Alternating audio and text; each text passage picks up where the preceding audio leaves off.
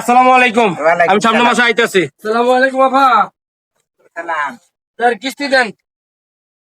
আরে বাবা কিস্তি দিমু, ইমামের পুতে তো একটা মরছে মরছে এখন জামাই মরিয়া গেছে গা, আমার একটা পোলা দিয়ে গেছে, পোলাটা কয়দিন ধরে ব্যাংকারি চালা, কামাই রুজি নাই, এখন কিস্তি কই থেকে দেই তোমাকে? কয়দিন পরে আয় দিমুনে। শুনেন, কিস্তি দেওয়ার আগে যে নিয়মকরণ হইলো, মানুষ ঘরে মরে গেল, মনে করেন কিস্তি দিতে হবে, এটা কিস্তি বন্ধ রাখা যাবে না।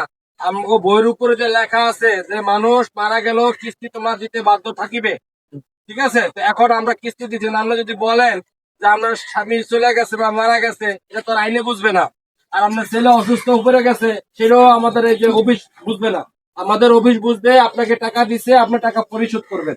আরে বাবা সবই তোমাকে বুঝলাম, এখন আমার স্বামী মরে গেছে, এখন আমার একটা পোলাটা অসুস্থ, আমি নিজে গার্মেন্টসে চাকরি করি, বেতন পাই নাই, পোলাটা অসুস্থ, তোমরা এটা মানবা না? এখন কি আপনি কি আমাদেরকে আপোষের টাকা দিবেন নাকি আমরা আইনগত ব্যবস্থা নিব? আপনি বলেন।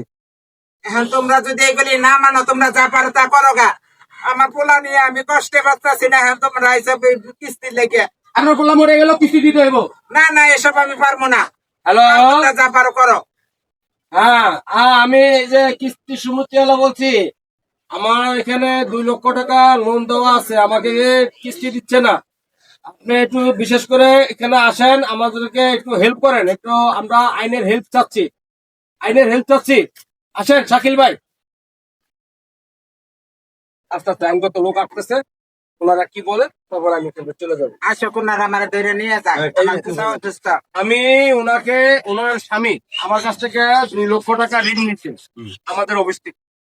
এখন আমি কিস্তির জন্য আসছি, উনি বলতেছেন আমি 2 লক্ষ টাকা ওনাকে ঋণ দিয়েছি, উনি এখন বিভিন্ন ধরনের কথা বলছে, এটা তো আমাদের অফিস বুঝবে না ভাই। আপনারা তো আইনের লোক, আপনারা আইনের কথা বুঝেন, এটা তো আমাদের অফিস বুঝবে না। এখন ওনার কি সমস্যা এটা উনি ভালো জানে। এখন আপনাদেরকে আনছি আমরা একটু হেল্পের জন্য। হ্যাঁ, অফিস আপনাদেরকে ফোন করে পাঠাইছে, আপনারা এখন এটা কি ব্যবস্থা নেবেন না? কথা বলেন।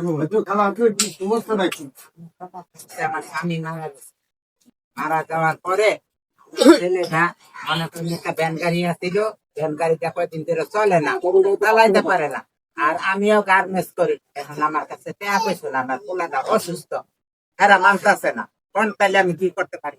হ্যালো, আমার কথা কি, আপনি যখন লোন আনছেন ঠিক আছে, আপনার সমস্যা, আমরাও তো সরকারি চাকরি করি, আমাদের তো বুঝা যাচ্ছে বেতন পাই, কম বেশ করে কিছু দিয়ে দেন, কিছু তো এই বাচ্চা রাখতে হবে না। আরে বাবা আমি তো দিয়ে দিলাম, দিব। শুনেন খালা, আমাদের রুলসে কি আছে জানেন? আপনার ছেলে অসুস্থ না, যদি মারাও যা তাহলে আপনার কিস্তি পরিশোধ করতে হবে, ঠিক আছে? ওই আইন আগে ছিল, এখনকার নাই। 2026-এর যে আইন চলছে, আপনি মারা গেলেও টাকা দিতে হবে, ঠিক আছে? এই কথাটা মাথায় রাখবেন, আর 2 দিনের ভিতরে টাকাটা দিয়ে দিবেন, ঠিক আছে? তা না হলে আমরা পরবর্তী পদক্ষেপ নেবো। কি বলেন স্যার? ঠিক আছে, আমি সামনে আর যাতে না আসতে হয় আমাদের।